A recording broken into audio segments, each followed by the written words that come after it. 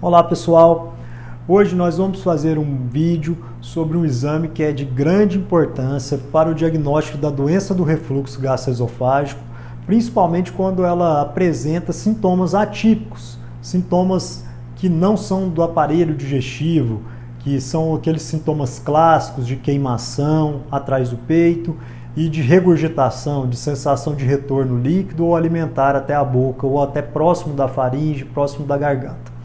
Então, se aquele paciente tem suspeita de doença do refluxo faringo-laríngeo, doença do refluxo com manifestações fora do esôfago, como tosse, rouquidão, pigarro,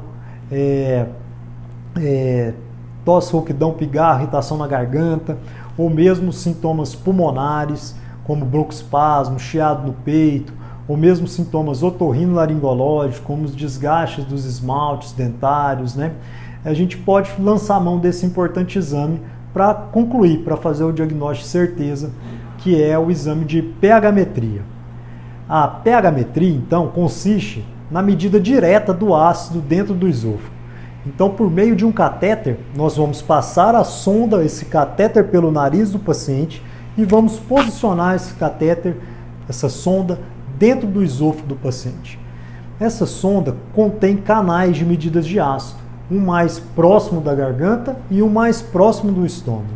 E ela permanece no paciente por um período de 24 horas com um gravador, fazendo a medida dessa acidez dentro do esôfago. Então, toda vez que tem um refluxo ácido para dentro do esôfago, o exame de pH-metria marca no gravador. E o médico, posteriormente, pode analisar esse registro, né, que está gravado de todos os refluxos ácidos durante as 24 horas em que o paciente permaneceu com o aparelho de pH-metria posicionado e fazer o diagnóstico de refluxo faringo-laríngeo.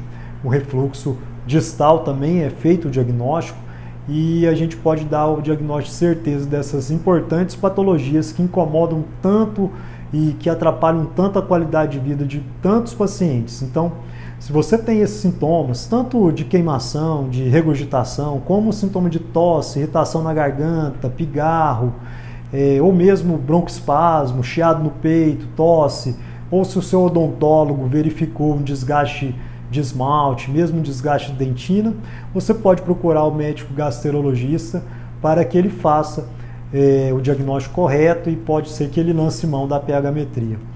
Uma coisa importante para o exame de pH-metria, que a gente sempre orienta o paciente no momento que é passado a sonda e que aquele paciente deve viver aquele dia, aquelas 24 horas, da mesma forma que é o seu hábito rotineiro. A gente tem que ter refletir nessas 24 horas o dia a dia normal do paciente.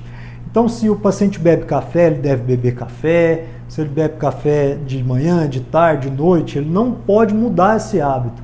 Se ele come chocolate, se ele come alimentos gordurosos, se ele bebe líquido ou se ele deita logo após que come, que são todas aquelas orientações que a gente passa para o refluxo, para que deve ser evitado naqueles pacientes que têm refluxo.